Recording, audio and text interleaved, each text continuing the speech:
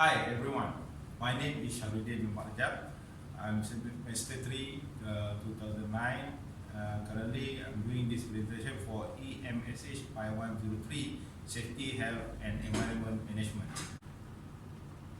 Basically, Malaysia gas industry has been undergoing a profound transformation as imperative in ensuring energy security. So the rising demand, especially in Peninsular Malaysia, and regulating price of natural gas saw Petronas selling natural gas in relatively low price.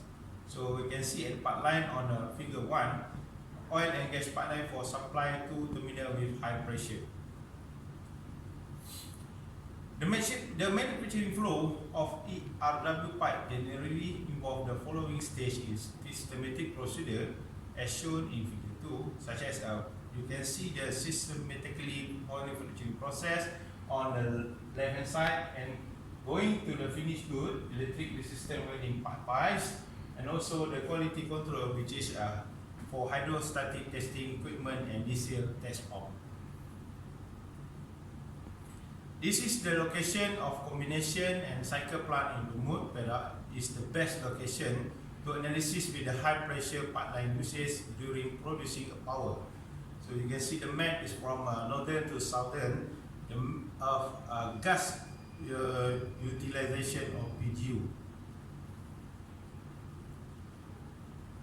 On top of that is workplace hazard. There are 4 hazards that have been identified, such as physical hazard, the most common workplace hazard, including vibration, noise, slip, trip, and falls.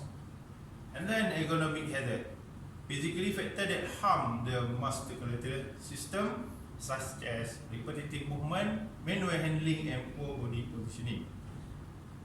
Chemical hazard, any hazardous substance that can cause harm to your employee.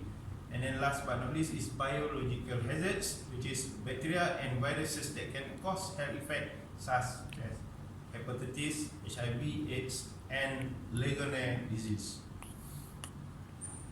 The SHE has identified 2 aspects of occupational hazard. So the first and most important aspect is the effect of work and employees' health and the health of others.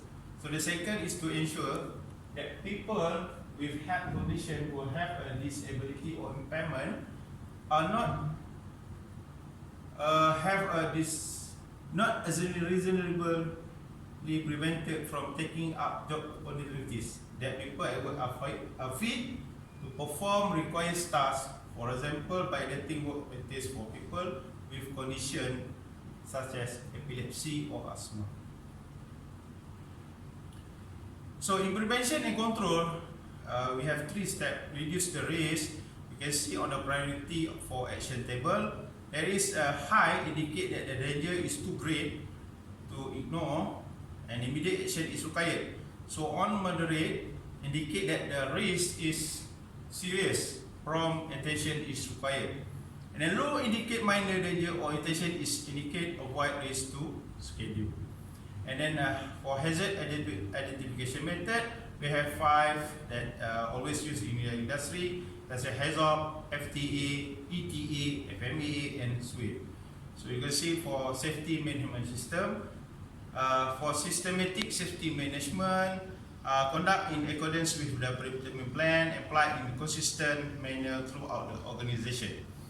Proactive safety management and also explicit safety management, so that the management activities should be visible, documented, and performed independently from other management activities. So the last one, for conclusion, indeed the oil and gas industry contributes to incredible influence in international economic and politics, especially in consideration of employment levels in the sector.